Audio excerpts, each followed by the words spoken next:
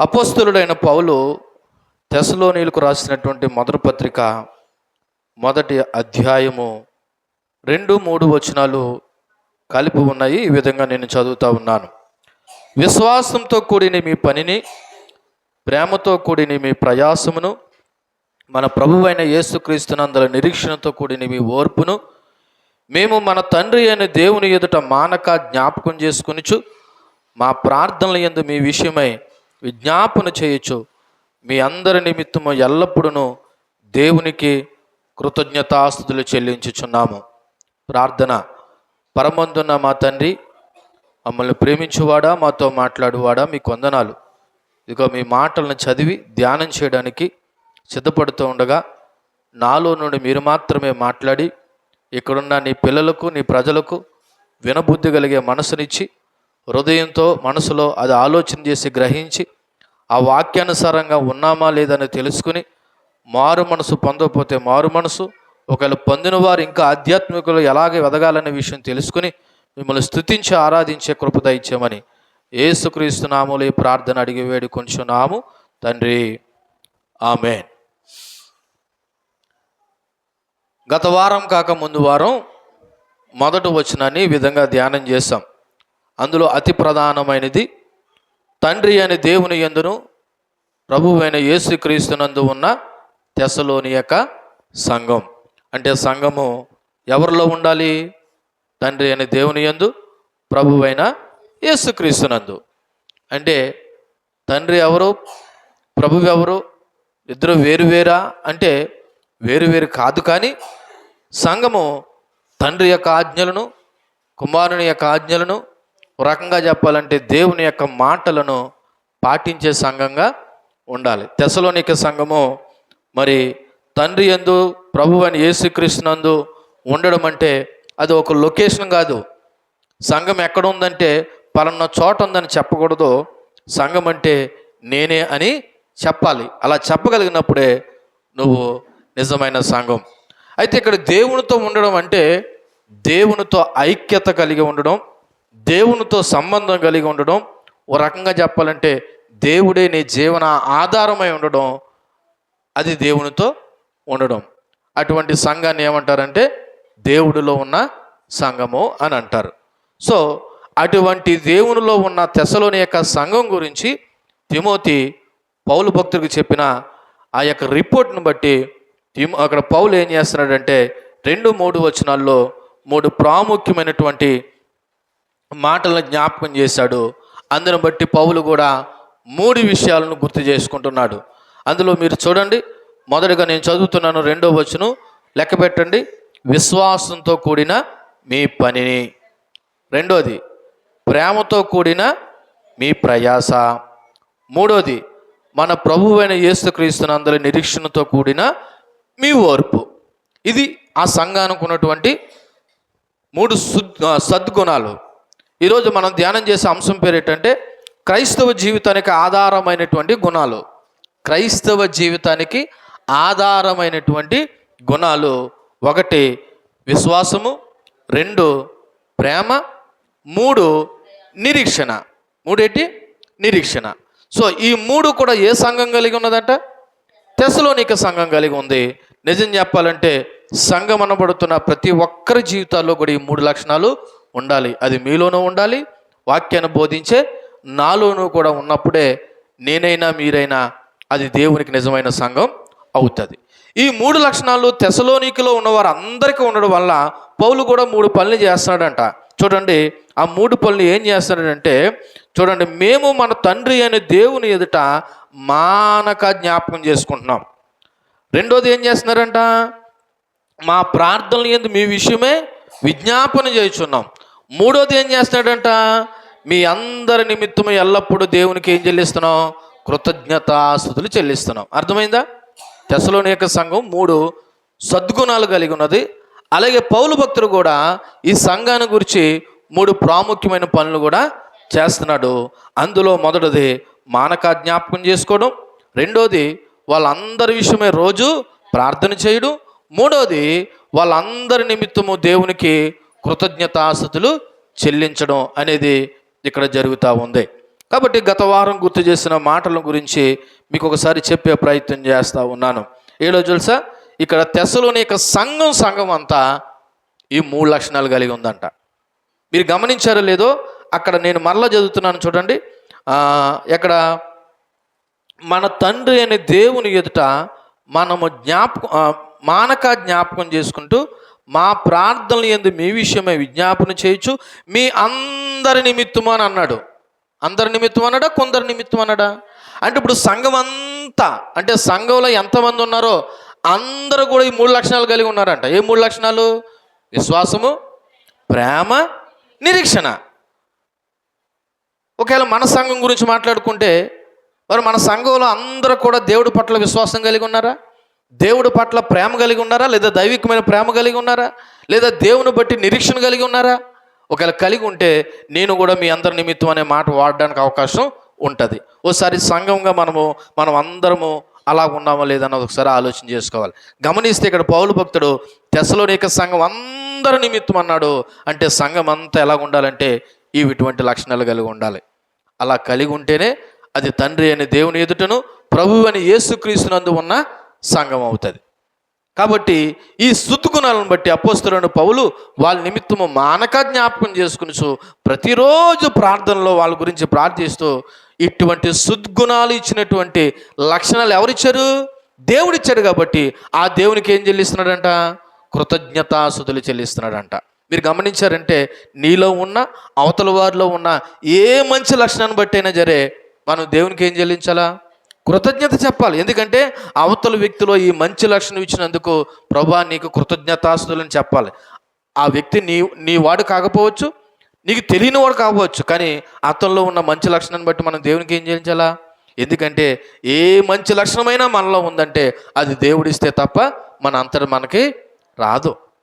అందుకే ఈ తెస్సలోనిక సంఘానికి ఉన్న విశ్వాసాన్ని బట్టి, ప్రేమను బట్టి, నిరీక్షను బట్టి వీళ్ళందరి నిమిత్తము పౌలు ఏం చేస్తారంటే దేవునికి కృతజ్ఞతాస్తుతులు చెల్లిస్తున్నాడు తప్ప వాళ్ళకు కృతజ్ఞతాస్తుతులు చెప్పట్లేదు. ఎవరికి? తెస్సలోనిక సంఘానికి కృతజ్ఞత చెప్పట్లేదు. కేవలం వాళ్ళ నిమిత్తం జ్ఞాపకం చేసుకుంటున్నాడు, ప్రార్థన చేస్తున్నాడు. కృతజ్ఞత మాత్రం ఎవరికి చెప్తున్నాడు? దేవునికి చెప్తున్నాడు. ఎందుకని? ఆ సద్గుణాలు ఎవరిచ్చారంటే ఆ సంఘానికి దేవుడిచ్చాడు. కాబట్టి మనము కూడా అటువంటి సద్గుణాలు కలిగి ఉండాలనేది ఈ పూట మనము ధ్యానం చేసేటువంటి విషయం. అందులో మొట్టమొదటిగా తెస్సలోనిక సంఘం కలిగి ఉన్న మొట్టమొదటి లక్షణం ఏంటంటే విశ్వాసం చేత కలిగిన క్రియ. ఏంటండి? విశ్వాసం వలన కలిగిన క్రియ, వర్క్ ఆఫ్ ఫెయిత్. తెస్సలోనిక సంఘం కలిగి ఉన్న మొట్టమొదటి లక్షణం ఏంటి? విశ్వాసం వలన కలిగిన క్రియ.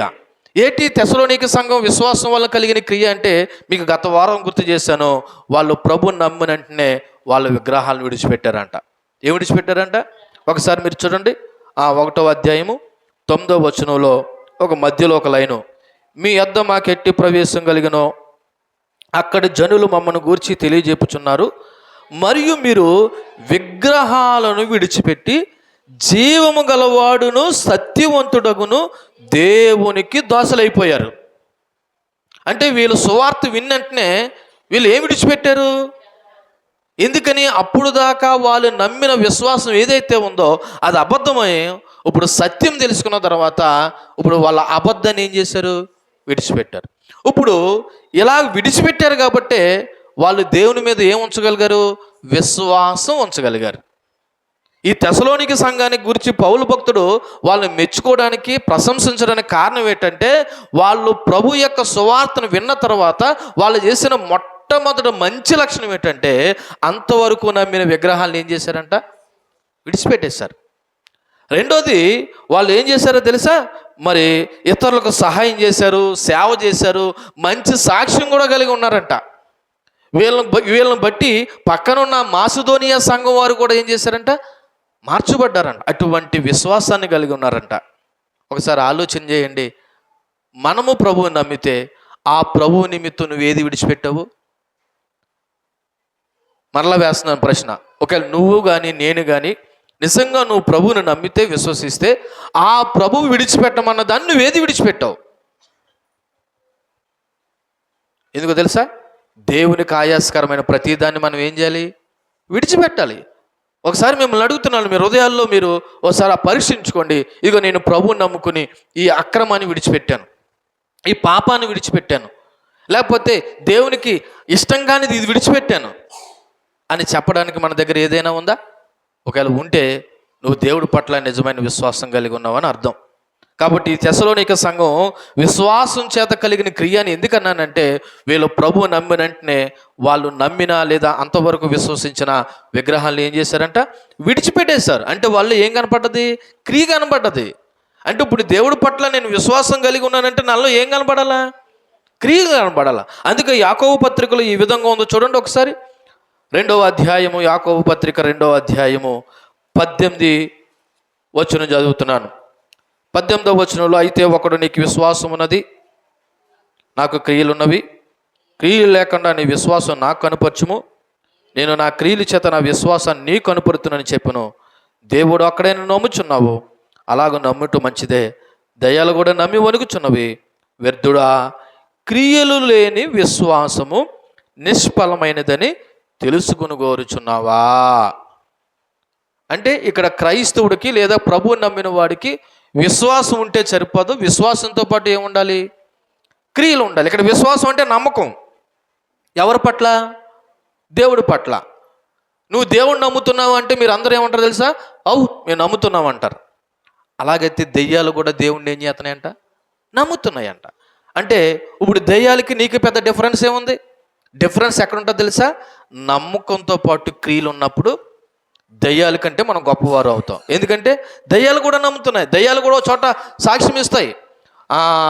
ఒక సమాధిలో సంఖ్యల చేత బంధింపబడినవాడు, దయ్యాల చేత పీడింపబడినవాడు, ప్రభువారు ఓ రోజున వాళ్ళలో ఉన్నటువంటి సేనానబడుతున్న దయ్యాన్ని పందుల్లోకి పంపేసినప్పుడు ఆ పంపి వేయడానికి ముందు దయ్యాలు ఈ విధంగా మాట్లాడతాయి, అప్పుడే మమ్మల్ని హింసించడానికి ఎందుకు వచ్చావు అంటే దేవుని యొక్క గొప్పదని ఎవరు తెలిసింది? దయ్యాలకు కూడా తెలిసాయి. కానీ మంచి క్రియలు కలిగి ఉండడం దేవునికి దయ్యానికి చేత కాదు, శాతానికి చేత కాదు. దయ్యాలు ఎప్పుడైనా మంచి పనులు చేస్తాయా? చెయ్యవు. ఈ రోజున అలాగని దయ్యాలు దేవుని నమ్మకంగా ఉన్నాయంటే నమ్మేయి. మరి ఈ రోజున మనము కూడా నమ్మేసి ఊరుకుంటే సరిపోదాం. నమ్మకంతో పాటు ఏముండాలి? క్రియలు ఉండాలి. అందుకే అక్కడ ఒక ఎగ్జాంపుల్ చెప్తున్నాడు చూడండి. 21వ వచనంలో, మన పితరుడైన అబ్రహాము తన కుమారుడైన ఇస్సాకును బలిపీఠం మీద అర్పించినప్పుడు అతడు క్రియల వలన నీతిమంతుడని తీర్పు పొందలేదా? అబ్రహాము నీతిమంతుడని ఎప్పుడు తీర్పు పొందాడంట? క్రియలను బట్టి. ఏంటి ఆ క్రియలు? ఇదిగా ఒక రోజున అన్నాడు, అబ్రహామా నీకు ఒకనొక కుమారుడు అనబడుతున్న ఇస్సాకుని నా కొరకు ఏం చేయి? బలిచ్చే. ఏంటి ప్రభా, ఇంతలా ప్రేమిస్తున్నా నా కుమారుడు నువ్వు బలిచ్చేయమంటావా? అందులోకి లేక పుట్టినటువంటి నా కుమారుడికి బలిమంటావా? నేను ఎట్టి పరిస్థితులను ఇవ్వనంటే ఇవ్వను అని అనలేదు. అబ్రహాము దేవుడిని నమ్మాడు కాబట్టి ఇప్పుడు నమ్మిన వాళ్ళు ఏముండాలి? క్రియలు ఉండాలి. వెంటనే తన ఏకే కుమారుని తీసుకెళ్ళి ఏం చేశాడు? బలి ఇచ్చేశాడు. కాకపోతే దేవుడు ఆఫ్ చేశాడు. ఇప్పుడు ఇచ్చిన దాన్ని బట్టి అబ్రహాము నీతిమంతుడని ఎంచబడ్డాడు. అంటే దేన్ని బట్టి ఎంచబడ్డాడు? నమ్మిన దాన్ని బట్ట, క్రియలను బట్ట? క్రియలను బట్టి. అంటే ఇప్పుడు క్రైస్తవులకి ఏం ముఖ్యమో? ఏది ముఖ్యమో? క్రియలు ముఖ్యం. విశ్వాసం కంటే క్రియలు ముఖ్యం. అందుకే చూడండి, ఆ చివర్లో అన్నాడు ఎక్కడ 26వ వచనంలో, ప్రాణము లేని శరీరము ఎలాగ మృతమో అలాగే క్రియలు లేని విశ్వాసము మృతము. ఇప్పుడు ఈ శరీరంలో ప్రాణం లేదనుకో, ఈ శరీరానికి ఏమైనా విలువ ఉందా? లేదు. ఈ శరీరానికి ఎప్పుడు విలువ? ప్రాణం ఉంటే విలువ. అప్పుడే కదా నన్ను మనిషి అని, పాస్టర్ గారని, లేకపోతే గౌరవిస్తారు. ఒకవేళ నేను ఎంత సేవ చేసి ఒకవేళ నాలో ప్రాణం లేదంటే ఇప్పుడు నన్ను ఏమంటారు తెలుసా? ముద్దుగా ఏమంటారు? పాస్టర్ గారు సేవ అంటారు లేదా మాట్లాడితే, లేదంటే బాడీ అంటారు. అంటే ఇప్పుడు ఈ శరీరానికి ఏం లేదు? విలువ లేదు. అలాగే నీలో విశ్వాసం ఉండి క్రియలు లేకపోయినా సరే నీకు కూడా ఏం లేదు తెలుసా? విలువ లేదు. ఇప్పుడు ఏది ముఖ్యం? క్రియలు. మరి విశ్వాసం ముఖ్యం కదా? విశ్వాసంతో కూడిన క్రియలు ముఖ్యం. అదే తెస్సలోనిక సంఘానికి ఉన్నటువంటి మొట్టమొదటి లక్షణం ఏంటన్నమాట? Work of faith. విశ్వాసంతో కూడిన క్రియలు. ఇప్పుడు సంఘం అనబడుతున్న నీకు నాకు కూడా ఏముండాలి? విశ్వాసము ఉండాలి. విశ్వాసంతో పాటు ఏముండాలంటే క్రియలు ఉండాలనేది ఇక్కడ మనకి దేవుడు జ్ఞాపకం చేస్తున్న అతి ప్రాముఖ్యమైన విషయం. ఒకవేళ విశ్వాసంతో పాటు క్రియలు ముఖ్యమైతే నీలో క్రియలు ఉన్నాయా అని అడుగుతున్నాను. ఏ క్రియలు? ఇక్కడ క్రియలు అంటే పని, మంచి పనులు. దేవుణ్ణి నమ్మిన వారిలో ఏ పనులు ఉండాలంటే మంచి పనులు, మంచి క్రియలు కలిగి ఉండాలి. చెడు క్రియలు కలిగి ఉంటే నువ్వు దేవుడి పట్ల నీకేం లేదంటే విశ్వాసం లేదు.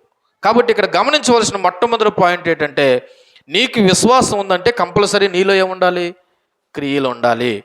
ఒకవేళ నీలో క్రియలు లేకపోతే నువ్వు విశ్వాసవి కాదు అని మీకు గత వారమే గుర్తు చేశాను. ఇంకా నేను మొదటి పాయింట్లోనే ఉన్నాను. నువ్వు విశ్వాసం కాదో తెలియాలంటే నీకు కొన్ని లక్షణాలు ఉంటే నువ్వు విశ్వాసం కాదని చెప్పొచ్చంట. అందులో మొట్టమొదటి లక్షణం ఏంటి తెలుసా? నువ్వు విశ్వాసం కాదని చెప్పడానికి మొట్టమొదటి లక్షణము నీకు క్రియలు కలిగి ఉండాలి. రెండోది ఆత్మఫలం అనబడుతున్న 9 లక్షణాలు ఉండాలి. మూడోది పాపం పట్ల ద్వేషం ఉండాలి, పశ్చాత్తాపం నీలో కనబడాలి. నాలుగోది ఏదైతే ప్రభువుని నమ్మావో ఆ నమ్మిన దాని ప్రకారం జీవించాలి. ఐదోది ఇతరుల పట్ల ప్రేమ కలిగి ఉండాలి. ఆరోది అన్నిటికంటే ముఖ్యంగా ఓర్పు, నిరీక్షణ కలిగి ఉండాలి. ఇవన్నీ నీలో ఉన్నాయంటే నువ్వు విశ్వాసవి. ఇవి నీలో లేవంటే నువ్వెవరన్నమాట? అవిశ్వాసవి. తెస్సలోనిక సంఘానికి ఈ క్రియలతో కూడిన విశ్వాసం కలిగి ఉన్నారంట. అందుకే పౌలు భక్తుడు ఏం చేశాడు? వాళ్ళని ప్రశంసించి వాళ్ళ నిమిత్తము మానక ప్రార్థన చేస్తూ దేవునికి కృతజ్ఞతాస్తులు చెల్లిస్తున్నాడు. ఇప్పుడు రెండో మాట జ్ఞాపకం చేసుకుందాం. రెండో మాట ఏంటి? అక్కడ రాయబడిన మాట రెండో మాట చూడండి. రెండో వచనం, విశ్వాసంతో కూడిన మీ పని. రెండోది ప్రేమతో కూడిన మీ ప్రయాస. రెండో మాట ఏంటంటే ప్రేమతో కూడిన మీ ప్రయాస అంటే labour of love. Labour of love అంటే ప్రేమ చేత కలిగిన శ్రమ. ప్రేమలో ఏముంటుందంట? శ్రమ. ఏ రకమైన శ్రమ అన్నది ఒకసారి ఆలోచన చేస్తే, క్రైస్తవ ప్రేమ. ఇక్కడ ప్రేమ గురించి మాట్లాడుతున్నాడు. ఏ ప్రేమ అండి? క్రైస్తవ ప్రేమ. క్రైస్తవ ప్రేమని ఎందుకు అనవలసి వచ్చిందంటే ఈ లోక సంబంధమైన ప్రేమ కూడా ఉంది. ఈ లోక సంబంధమైన ప్రేమలో మోసం ఉంది, దగా ఉంది, అన్యాయం ఉంది, అక్రమం ఉంది, అన్నిటికంటే మించి కామం ఉంది. ఏముంది? కామం ఉంది ఈ లోక ప్రేమలో. నిన్నే లోకపరంగా వాలంటైన్ డే అని జరిగింది. అంటే ప్రేమికుల దినోత్సవం అని ఒక ముద్దు పేరు పెట్టుకున్నారు. సరే, నిజమైన ప్రేమికులైతే ఒకవేళ వాళ్ళ ప్రేమలో నిజంగా స్వార్థం లేకుండా ఉండుంటే, వాళ్ళ ప్రేమ స్వచ్ఛమైనదైతే ఎవరికి ఎవరు గాయం చేసుకోకుండా చక్కటి సంబంధాన్ని కలిగి ఉండాలి. నిన్నంట ఏ హోటల్లో ఏ లాడ్జీ రూమ్స్ ఖాళీ లేవంట. ఎవరు బుక్ చేసుకున్నారంట? ప్రేమికులు బుక్ చేసుకున్నారంట. ఇంతకీ వాళ్ళకి రూమ్లతోనూ హోటల్తో పని ఏంటి అసలు? అంటే వాళ్ళు ఇంతకీ ప్రేమించుకున్నది ఎందుకనమాట? శారీరక సంబంధమైన కోరికలు తీర్చుకోవడానికి. సరే, ఆ ప్రేమ గురించి మనం మాట్లాడొద్దు. ఇక్కడ క్రైస్తవ ప్రేమ గురించి మాట్లాడుతున్నాను. క్రైస్తవ ప్రేమ భావోద్వేగం కాదు. అవసరమైతే ఆ ప్రేమలో శ్రమ ఉంటుంది, శ్రమను కూడా ఓర్చుకుంటుంది. ఎందుకంటే శ్రమ అంటే ఇక్కడ కష్టపడి పనిచేయడం, అది శారీరకంగానైనా మానసికంగానైనా. ఒకవేళ ఇక్కడ కూర్చోవడం కష్టమైనా సరే, దేవుని మీద ఉన్న ప్రేమతో మీరు ఏం చేయాలి? కష్టమైనా కూర్చోవాలి. ఒకవేళ వినడం ఇబ్బంది అయినా దేవుని మీద ఉన్న ప్రేమతో నీకు ఏం చేయాలి? తప్పకుండా వినాలి. నీ కాళ్ళు నొచ్చినా, ఒళ్ళు నొచ్చినా, జ్వరం వచ్చినా, ఇబ్బంది వచ్చినా, నీకు కష్టమైనా సరే దేవుని ప్రేమను బట్టి నువ్వు అన్నీ ఏం చేసుకుంటున్నావు? ఓర్చుకుంటున్నావు. అంటే దేవుని ప్రేమలో ఏముంది? శ్రమ ఉంది. ఆ శ్రమ నువ్వు ఏం చేసుకుంటున్నావు అంటే నీ ఆధ్యాత్మిక క్షేమాభివృద్ధి కొరకు ఓర్చుకుంటున్నావు. ఈ తెస్సలోనిక సంఘం కూడా హింసలో దేవుడి పట్ల లేదా దేవుడి ప్రేమను బట్టి అలాగే ఓర్చుకున్నారంట. ఈ రోజున మనం సౌకర్యంగా ఉంటేనే దేవుని ప్రేమించట్లేదు. ఆ మధ్యకాలంలో మణిపూర్ రాష్ట్రంలో జరిగిన క్రైస్తవుల పట్ల జరిగిన హింసలో వాళ్ళు చెదిరిపోయిన దేవుని ప్రేమను మాత్రం విడిచిపెట్టలేదు. ఏం విడిచిపెట్టేచ్చు కదా? అంటే వాళ్ళు శ్రమను కలుగు చేసినా సరే ఆ శ్రమలో కూడా వాళ్ళని ఎవరు ప్రేమించారు? దేవుణ్ణి ప్రేమించారు. తోటి విశ్వాసాలను కూడా ఏం చేశారు? ప్రేమించారు. అంటే క్రైస్తవ ప్రేమలో ఏముంటుంది? శ్రమ ఉంటుంది. కానీ ఆ శ్రమ మాత్రం నిన్ను ఆధ్యాత్మికంగా నడిపించడానికి ఉపయోగకరంగా ఉంటుంది. మొదటగా ఇక్కడ మనం గమనించవలసిన విషయం ఏంటంటే, తెస్సలోనిక సంఘం హింసల మధ్య కూడా ఒకరినొకరు ప్రేమించుకుంటూ, సహాయం చేసుకుంటూ శ్రమ పడ్డారంట, సేవ చేసుకున్నారంట. ఏం చేశారంటే తెస్సలోనిక సంఘం ఆ శ్రమంలో కూడా ఒకరి పట్ల ఒకరు ఏం చేసుకున్నారంట, ప్రేమించుకున్నారు. ప్రేమించుకోవడం అంటే లోక సంబంధంగా కాదు, ఒకరి అవసరాలు ఒకరు తీర్చుకున్నారు, ఒకరి కష్టాన్ని ఒకరు పంచుకున్నారు. వాళ్ళకి లేకపోతే వీళ్ళకి పెట్టారు, వీళ్ళు లేకపోతే వాళ్ళకి పెట్టారు. అలాగ ఒకరినొకరు సహాయం చేసుకొని ఆ ప్రభువుని నమ్ముకున్నందుకు శారీరకమైన శ్రమలు ఎదురైనా, మానసికమైన శ్రమలు ఎదురైనా అవన్నీ ఏం చేసుకున్నారన్నమాట, ఓర్చుకున్నారు. అది తెస్సలోనిక సంఘం కలిగి ఉన్న రెండో అమోఘమైనటువంటి లక్షణము. ఇక్కడ ప్రేమ అంటే శ్రమ పడ్డం అని నేర్చుకున్నాం కదా. అసలు శ్రమ పడ్డం అంటే ఒకసారి ఇదే మొదటి అధ్యాయము 6వ వచనం చూడండి. పరిశుద్ధాత్మ వలన కలుగు ఆనందంతో గొప్ప ఉపద్రవం మందు మీరు ఏం చేశారు, వాక్యాన్ని అంగీకరించారు. అంగీకరించడమే కాదు, మమ్మును ప్రభువుని పోలి ఏం చేసుకున్నారంట, నడుచుకున్నారు. చూడండి ఒకసారి, ఈ తెస్సలోనిక సంఘం ఎప్పుడు ప్రభువుని నమ్ముకున్నారంట, గొప్ప ఉపద్రవం మందు. అంటే ఉపద్రవం అంటే తెలుసా, కష్టము, ఆపద, శ్రమ వచ్చినప్పుడు కూడా వీళ్ళు ఏం చేశారంట, ప్రభువుని నమ్ముకోవడమే కాదంట, వాళ్ళని ఎవరిని వెంబడించారంట. ఇలా చూడండి, ఇక్కడ ఉన్న మీకు ఎవరికైనా ప్రభువుని నమ్ముకోవద్దు, ప్రభువుని నమ్ముకుంటే మీకు శ్రమలు ఎదురవుతాయని ఎవరైనా చెప్పారా? వాళ్ళు ప్రభుత్వం ఏమైనా కఠినమైన రూల్స్ ఏమైనా తీసుకొచ్చాయా? లేదా మీ ఇంట్లో ఉన్న మీ భర్తలు కానీ, మీ భార్యలు కానీ, మీ పిల్లలు కానీ ఏమైనా ఇబ్బంది పెడుతున్నారా? ఒకవేళ అలా ఇబ్బంది పెట్టినా సరే మీరు ప్రభువుని వెంబడిస్తే మీలో ఉన్నది నిజమైన దైవికమైన ప్రేమ. దేవుని కృపను బట్టి ఈ రోజున ప్రభుత్వాల నుండి ఇబ్బంది లేదు, మీ ఇంట్లో ఉన్నటువంటి యజమానుల నుండి ఇబ్బంది లేదు, మీ పిల్లల నుండి కూడా ఇబ్బంది లేదు. అయినా సరే మనం దేవుని ప్రేమించడంలోనూ ఇతరులకు సహాయం చేయడంలోనూ మనం ఏమి ఉన్నాము, వెనకబడి ఉన్నాం. ఇప్పుడు చెప్పండి, తెస్సలోనిక సంఘానికి ఉన్న గొప్ప లక్షణం మనలో ఉందా? మాట్లాడరే? లేదు. తెస్సలోనిక సంఘం అంట ఉపద్రవమందు ప్రభువుని అంగీకరించారంట, కష్ట సమయంలో ప్రభువుని అంగీకరించారంట. అంతేకాదు కష్టాలు వచ్చినా సరే వాళ్ళని ఎవరిని వెంబడించారంట. మనకి ఏ కష్టం రాదో ప్రార్థన ఎందుకు మానేసామంటే నీ దగ్గర ఏ రీజన్ ఉండదు, బలమైన కారణం ఏదో ఉండదు, చిల్లీ కారణస్, నవ్వుకునే కారణాలు కనపడుతుంటాయి. కానీ కష్టాల్లో వీళ్ళు ప్రభువుని ఏం చేశారంట, వెంబడించారంట, విశ్వసించారంట. చెప్పండి, ఇది నిజమైన ప్రేమ కలిగి ఉండడం అంటే. అంటే నువ్వు క్రీస్తుని ప్రేమిస్తున్నావు అంటే ఆ క్రీస్తు కొరకు శ్రమ పడవలసి వస్తే అవసరం ఏం చేయాలా, శ్రమ పడాలా. మీరు గమనించండి, ఈ తెస్సలోనిక సంఘంలో ప్రభు కొరకు కొంతమంది చనిపోయారు.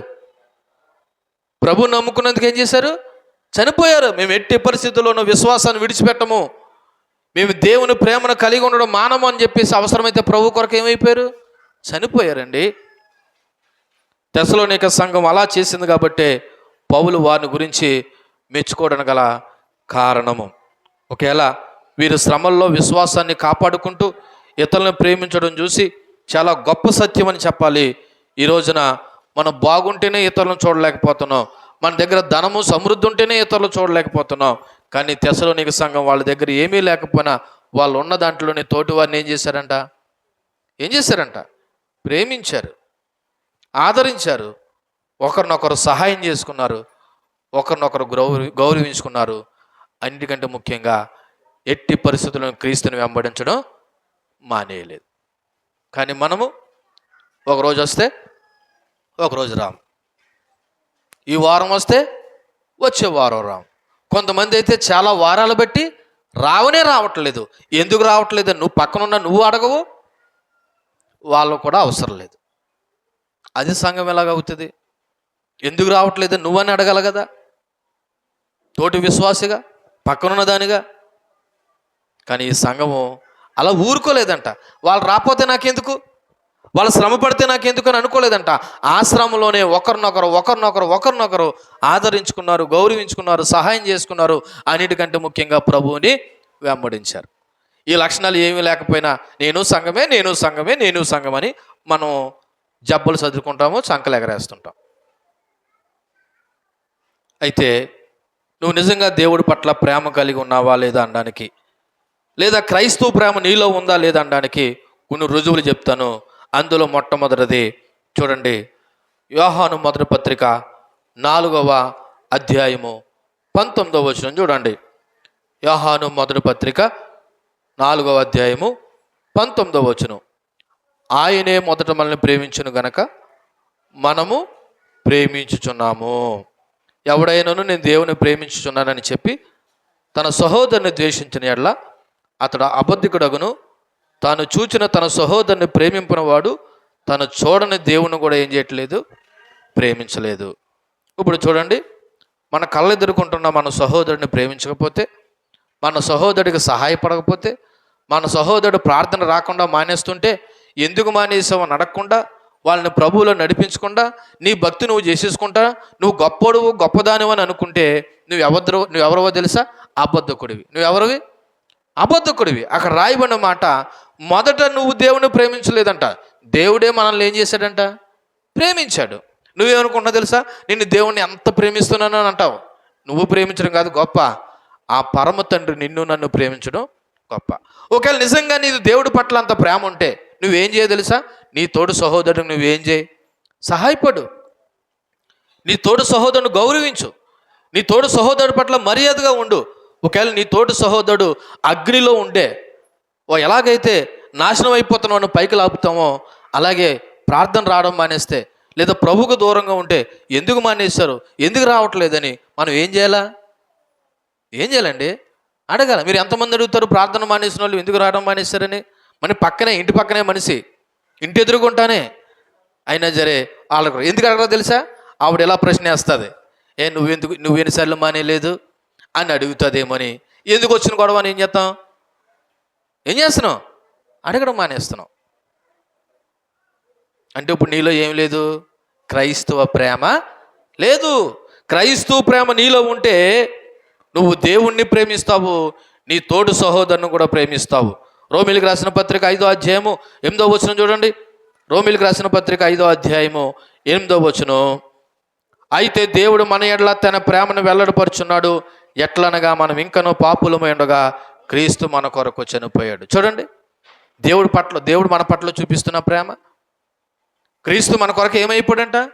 చనిపోయాడు. ఎప్పుడు చనిపోయాడు? మన పాపంలో ఇంకా ఉండగానే చనిపోయాడంట. మీకు అర్థమయ్యేలా చెప్తా. ఏదైనా ఒక వస్తువు కానీ ఏదైనా ఒకటి పొందుకోవాలంటే ముందు డబ్బులు అనేవ్వాలి, లేదా శ్రమ పడాలి. ఉదాహరణకి మీరు కూలికి వెళ్తారు, వ్యవసాయ పనులకి వెళ్తారు. జీతం ఎప్పుడు ఇస్తాడు? అదే కూలి ఎప్పుడు ఇస్తాడు? పని చేసిన తర్వాత ఇస్తాడా, పనికి ముందే ఇచ్చేస్తాడా? నాకు తెలిసి ఏ యజమానుడు పనికి ముందుకు ఇవ్వడం. ఒకవేళ ఇస్తే అడ్వాన్స్ ఇస్తాడేమో కానీ పూర్తి కూలి మాత్రం ఇవ్వడం. పూర్తి కూలి ఎప్పుడు ఇస్తాడు? పని చేసిన తర్వాత. కానీ మన ప్రభు అంట ఇంకా మన పాపంలో ఉండగానే మన కొరకు ఏమైపోయాడంట? ఇప్పుడు చెప్పండి, నువ్వు ప్రేమిస్తున్నావా, దేవుడు మనల్ని ప్రేమిస్తున్నాడా? దేవుడు మనల్ని ప్రేమిస్తున్నాడు. అయినా సరే ఆ ప్రేమ విలువేటో మీకు నాకు తెలియట్లేదేమో. ఆలోచన చేయండి. మనం ఇంకా పాపులుగా ఉండగానే దేవుడు మన కొరకు ఏమైపోయాడు? చనిపోయాడు. చనిపోవడం మామూలు విషయం కాదండి. ఆయన ఏ రకంగా తెలుసా? సిలువ మరణం. ఏ మరణం? సిలువ మరణం. ఎంత ఘోరంగా, ఎంత భయంకరంగా ప్రభు మన కొరకు శ్రమ పడ్డాడు అన్నది మనందరికీ తెలిసిన విషయమే వినదాన్ని బట్టి. కానీ ఈ రోజున అంతగా ఆయన శ్రమ పడ్డాన కారణం ప్రభు నిన్ను నన్ను ప్రేమిస్తున్నాడు. చూడండి, ఇక్కడ ప్రేమించడం అంటే ఇందాక మీకు గుర్తు చేశాను, ఆయన ఆజ్ఞలను పాటించడం. ఇదే మొదటి యోహాను పత్రికలో మనం చదువు ఇందాక 5వ అధ్యాయం 3వ వచనం ఏమని రాయబడి ఉన్నది? దేవుణ్ణి ప్రేమించుట అనగా ఆయన ఆజ్ఞలను గైకొనుట అని ఉంది. తెస్సలోనిక సంఘం ఆయన ఆజ్ఞలు కానీ గైకుంది. ఎప్పుడు గైకున్నారు? కష్టకాలం మందు గైకున్నారు, శ్రమలలో గైకున్నారు, ఉపద్రవంలో గైకున్నారు. మనము అంత ప్రశాంతంగా ఉన్నా, అంత నెమ్మదిగా ఉన్నా, ఇంట్లో అందరము బాగున్నా సరే దేవుని ఆజ్ఞను మనం ఏం చేయం? గైకొన్నాం. కానీ తెస్సలోనిక సంఘం అంట కష్టకాలం ముందు, ఉపద్రవం ముందు ఎవరు ఆజ్ఞలు గైకున్నారంట? దేవుని ఆజ్ఞలు గైకున్నారంట. అందుకే తెస్సలోనిక సంఘం గురించి ఈ రోజున మనం మాట్లాడుకుని దేవుని స్తుతించడానికి కారణమైంది. ఒక రకంగా చెప్పాలంటే తెస్సలోనిక సంఘం నిన్ను నన్ను హెచ్చరిస్తుంది. ఈరోజు ఇటువంటి క్రమశిక్షణ నీలో ఉందా అని అడుగుతున్నాడు తెస్సలోనిక సంఘం ద్వారా దేవుడు. కష్టకాలం ముందు, ఉపద్రవం ముందు వాళ్ళు దేవుని ఆజ్ఞలు గైకున్నారంట. మనకి ఏ కష్టం లేదు, ఏ బాధ లేదు. అయినా సరే మనకి దేవుని ఆజ్ఞలు గైకొనడం చేత కాలేకపోతుంది. మూడోది చూడండి, వాళ్ళు శత్రువులను కూడా ప్రేమించారంట. ఏం చేశారంట? ఆ కష్టకాలం అందే, ఆ ఉపద్రవం అందే వాళ్ళు హింసిస్తున్న వారిని కూడా ఏం చేశారంట? ప్రేమించారు. ప్రభు అయినటువంటి యేసుక్రీస్తు కూడా ఈ మాట చెప్పాడు. ఒకసారి చూడండి, మత్తయి సువార్త 5వ అధ్యాయం 44వ వచనంలో చెప్తున్నాడు. ప్రభు అయినటువంటి యేసుక్రీస్తు దేవుని పిల్లలకు ఎటువంటి లక్షణాలు కలిగి ఉండాలో 5వ అధ్యాయము 44వ వచనంలో, నేను మీతో చెప్పింది ఏమనగా, మీరు పరలోకమందున మీ తండ్రులకు కుమారులై ఉండునట్లు మీ శత్రువుల్ని ప్రేమించండి, మిమ్మల్ని హింసించు వారి కొరకు ఏం చేయండి? ఎవరిని ప్రేమించమంటున్నాడు? మనం ఎవరిని ప్రేమిస్తాం? మనకు ఎవరైతే ఇరుగు పొరుగు ఇష్టంగా మాట్లాడతారో, లేదా ఇరుగు పొరుగు కూరలు ఎవరైతే ఇస్తారో, లేదా ఇరుగు పొరుగు ఏదైతే చేస్తారో వాళ్ళని ప్రేమిస్తాం. మీరు గమనించారు లేదా? అక్కడ ఒక అద్భుతమైన మాట కనబడుతుంది. పరలోకమందున మీ తండ్రికి మీరు కుమారులై ఉండాలంటే మీరు ఎవరిని ప్రేమించాలంట? మిమ్మల్ని ప్రేమించిన వాళ్ళని కాదు, మిమ్మల్ని బాధ పెట్టిన వాళ్ళని ప్రేమించాలి, శత్రువులను ప్రేమించాలి, వాళ్ళ కొరకు ప్రార్థన కూడా. అప్పుడే మనం పరలోకమందున తండ్రికి ఏమవుతామంట? ఏమవుతాం? ఇప్పుడు ఈ మాట మన జీవితంలో లేదనుకో, ఇప్పుడు మన పరలోకమందున తండ్రికి పిల్లలమా? కానీ నువ్వేం చేస్తావు? ప్రభా, ఈ కుమారుడిని దీవించు, ఈ కుమార్తెని దీవించు. ఆయన ఏమంటాడు తెలుసా? ఆయన నా కుమారుడు కాదు, నా కుమార్తె కాదు. ఎందుకు కాదంటే, ఇదిగో శత్రువులను వాళ్ళు ఏం చేయట్లేదు, వాళ్ళు ప్రేమించట్లేదు, వాళ్ళ కొరకు ఏం చేయట్లేదు? ప్రార్థన చేయట్లేదు. తెస్సలోనిక సంఘానికి ఆ లక్షణం ఉంది. తెస్సలోనిక సంఘానికి ఆ లక్షణం ఉంది. అన్నిటికంటే ముఖ్యంగా కొరింథీయులకు రాసిన మొదటి పత్రిక 13వ అధ్యాయంలో తెలుసు, అక్కడ ప్రేమ గురించి అద్భుతమైన మాటలు ఉంటాయి. ఒకసారి చూడండి, నేను గబగబగా చదివేసి ముగిస్తాను. ఒకవేళ దేవుని పిల్లలుగా మనము ప్రేమ కలిగి ఉన్నాము అనడానికి రుజువు చూడండి. కొరింథీయులకు రాసిన మొదటి పత్రిక 13వ అధ్యాయము నేనే చదువుతూ ఉన్నాను. చూడండి, మొదటి నుంచి, మనుషుల భాషలతోనూ దేవదూతల భాషలతోనూ నేను మాట్లాడినను ప్రేమ లేని వాడినైతే మ్రోగుడు కంచును గనగనలాడు తాళమునై ఉన్నాను. ప్రవచించు కృపావరములు కలిగి మర్మాలన్నీ జ్ఞానమంతి ఎరిగిన వాడైనను కొండలను పెగలింపగల పరిపూర్ణ విశ్వాసం గలవాడైనను ఏమి లేకపోతే ప్రేమ లేని వాడినైతే నేను ఎవడినంటండి? ఎవడిని? వ్యర్థుడునంట. ఏ ప్రేమ? దేవుని ప్రేమ. చూడండి, దేవుని ప్రేమ ఎలాగుంటుందంట? 3వ వచనంలో, పేదల కొరకు ఆస్తి అంత ఇస్తారంట. ఇంకేం చేస్తారంట? ప్రేమ దీర్ఘకాలం. 4వ వచనం, ప్రేమ దీర్ఘకాలం సహించినంట, దయ చూపిస్తుందంట, మచ్చరపడదంట, డంబంగా ప్రవర్తించదంట, ఉప్పొంగదంట, అమర్యాదగా నడవదంట, స్వప్రయోజనాన్ని విచారించుకోదంట, త్వరగా కోపపడదంట, అపకారాన్ని మనసులో ఉంచుకోదంట, దుర్నీతి విషయమే సంతోషపడక సత్యమందు సంతోషిస్తుందంట, అన్నిటినీ తాలుకును, అన్నిటినీ నమ్మును, అన్నిటినీ నిరీక్షించును, అన్నిటినీ ఓర్చుకును, ప్రేమ శాశ్వత కాలం ఉండెను. వీటన్నిటిలో 13వ వచనం చూడండి, కాగా విశ్వాసము, నిరీక్షణ, ప్రేమ ఈ 3 నిలిచును, వీటిలో శ్రేష్టమైనది ఏంటంట? ఇప్పుడు తెస్సలోనిక సంఘానికి ఏ లక్షణాలు ఉన్నాయి? మీరు గమనిస్తే ఈ 3 ఉన్నాయి, ప్రేమ కాదు. అక్కడ ఉన్నాయి చూడండి, లాస్ట్లో మాట 13వ వచనం, విశ్వాసం ఉంది, తెస్సలోనిక సంఘానికి నిరీక్షణ ఉంది, ప్రేమ ఉంది. ఈ 3 ఏది నెంబర్ 1 అంటే ప్రేమ అని చెప్తున్నాడు. అంతే తప్ప మిగిలిన 2 వద్దని కాదు, 3 ఉండాలి. ఆ 3 నెంబర్ 1 ఏంటి? ప్రేమ. ఏ ప్రేమ? క్రీస్తు ప్రేమని సింపుల్గా బాగానే చెప్పేస్తున్నాం, కానీ ఇక్కడ చెప్పబడినటువంటి ఆ లక్షణాలన్నీ నీలో ఉంటేనే నువ్వు దేవుని ప్రేమను కలిగి ఉన్నావని అర్థం. పక్కలను చూస్తే అసూయ అంటే నీలో ఏం లేదు. పక్కలను చూస్తే మత్సరం అంటే నీలో ఏం లేదు. పక్కలను చూస్తే వారలేనితనం అంటే నీలో ఏం లేదు. అక్కడ అదే కదా ఉంది. ప్రేమ మత్సరపడదంట, ఉప్పొంగదంట, డంబంగా ప్రవర్తించదంట, అమర్యాదగా నడుచుకోవదంట. ఈ లక్షణాలన్నీ నీలో లేవంటే నువ్వు ఏ ప్రేమ కలిగి ఉండలేదు?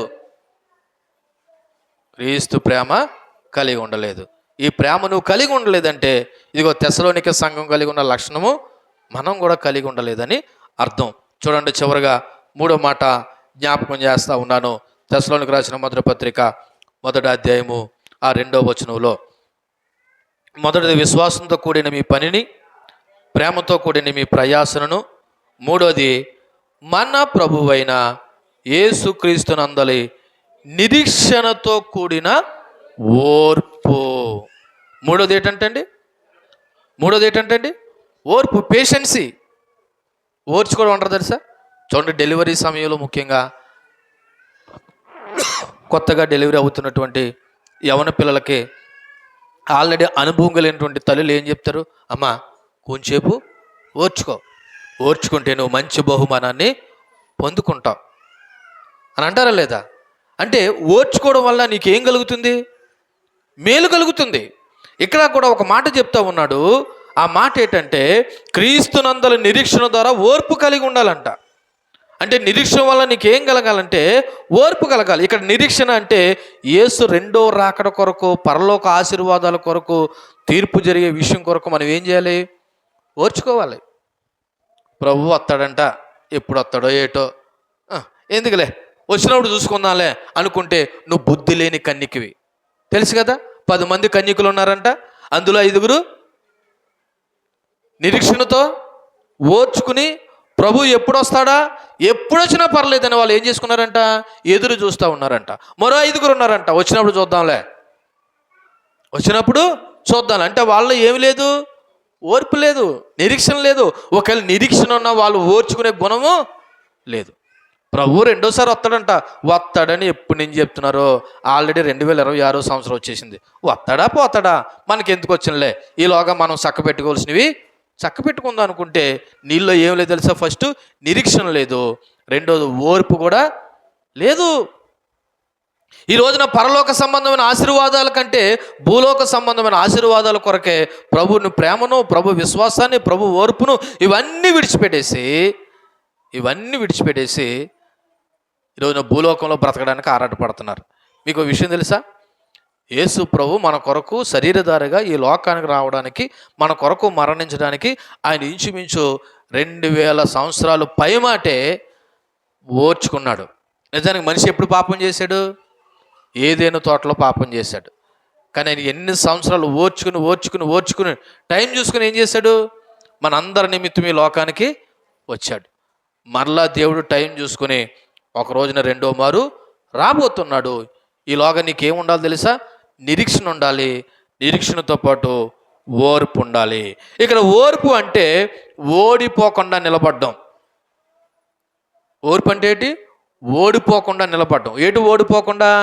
నువ్వు ఏదైతే నమ్మేవో, ఏదైతే విశ్వసించావో అది తప్పకుండా నేను పొందుకుంటానని నిరీక్షణతో, ఓర్పుతో ఎదురు చూడడం, వదులుకోకుండా ఉండడం.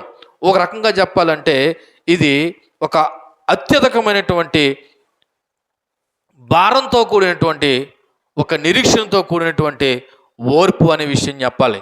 తెస్సలోనిక సంఘానికి హింసలు ఎదుర్కొన్నా సరే వాళ్ళు యేసు రెండో మారు వస్తాడు, మమ్మల్ని తీసుకెళ్తాడని వాళ్ళు ఓర్పుతో నిరీక్షిస్తూ ఉన్నారంట.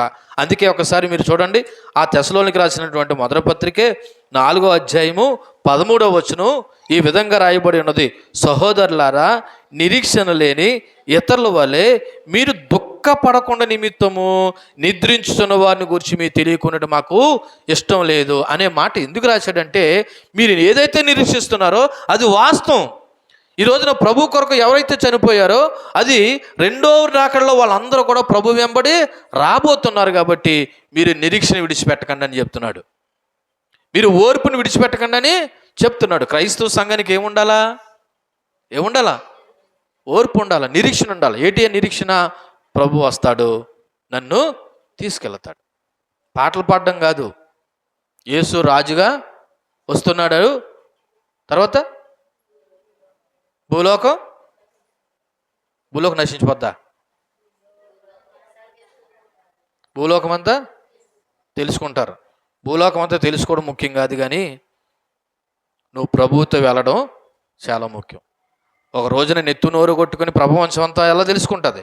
కానీ ఆ సమయంలో నువ్వు నెత్తు నోరు కొట్టుకోకుండా ఉండాలంటే ఇప్పుడు నువ్వు ఏం కలిగి ఉండాలి? నిరీక్షణతో కూడిన ఓర్పును కలిగి ఉండాలి. కంటికి నిరీక్షణ ఏం కలుగు చేస్తుందో తెలుసా? ఓర్పును కలుగు చేస్తుంది. ఏం కలుగు చేస్తుంది? ఇక్కడ నిరీక్షణ నీకు ఏం కలుగు చేస్తుంది?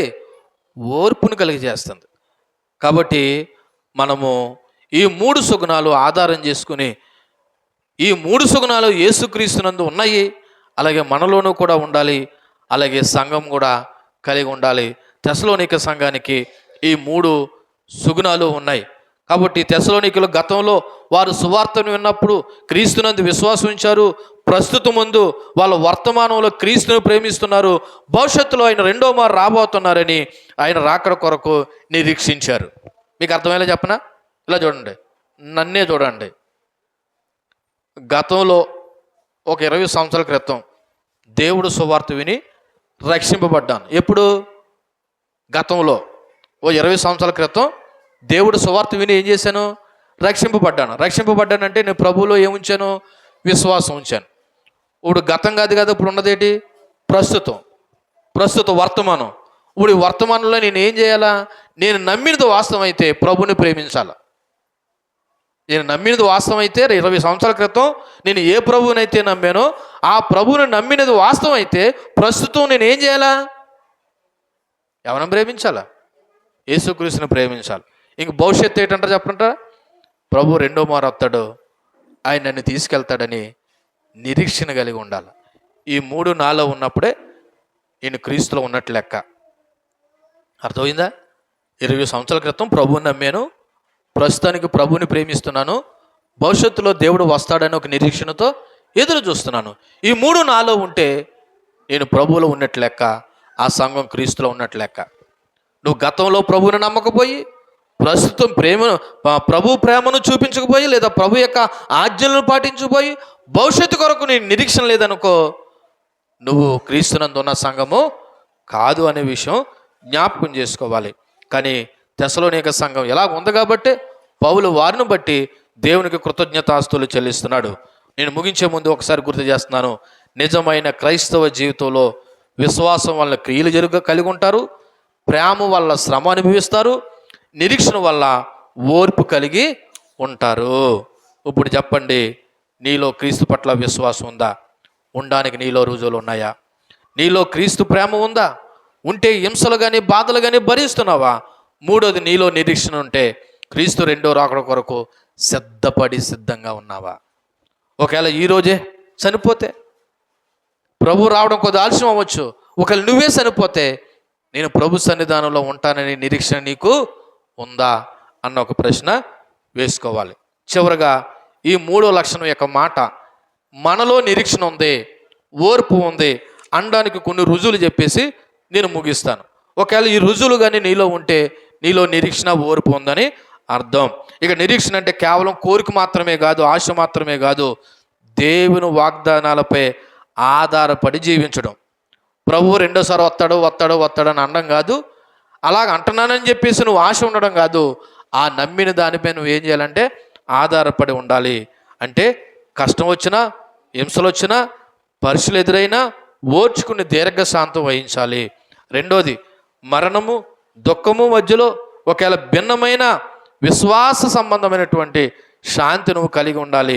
నిజమైన నిరీక్షణ ఉన్నవారంట శారీరక మరణానికి భయపడరంట. నిజమైన నిరీక్షణ ఉన్నవారు ఏ మరణానికి భయపడరు? శారీరక మరణానికి భయపడరు. ఎందుకు తెలుసా? ఇక్కడ కన్ను మూస్తే ప్రభు దగ్గర మళ్ళీ నేను ఏం చేస్తాను? కన్ను తెరుస్తానని ఒక ధైర్యం ఉంటుంది. నిజమైన నిరీక్షణ లేని వారు మరణం గురించి ఏం చేస్తారు తెలుసా? భయపడతారు. అయ్యి బాబోయ్, ఇంకా కొన్ని రోజులు బ్రతికితే బాగును. ఎన్ని రోజులు బ్రతికినా ప్రభుని విశ్వసించలేకపోతే ప్రయోజనం ఏముంది? మూడోది, భవిష్యత్తుపై దృఢమైన ఆత్మవిశ్వాసం కలిగి ప్రభువులో సంతోషంగా జీవిస్తారు. అన్నిటికంటే ముఖ్యంగా ఆత్మఫలమైన ఓర్పు, దీర్ఘశాంతము ఎదగడంలో వీళ్ళు ఎక్కువగా ఉంటారు. వీటన్నిటిలోనూ పరిపూర్ణులమని కాదు, కానీ మనం ఒకరం ప్రభు వచ్చేలోపు ఈ సుగుణాలన్నీ మనం కలిగి ఉండాలి. ఏం కలిగి ఉండాలి? ఫస్ట్, దేవుడు అంటే విశ్వాసం కలిగి ఉండాలి. ఒకవేళ విశ్వాసం కలిగి ఉంటే సరిపోదు, ఏముండాలి?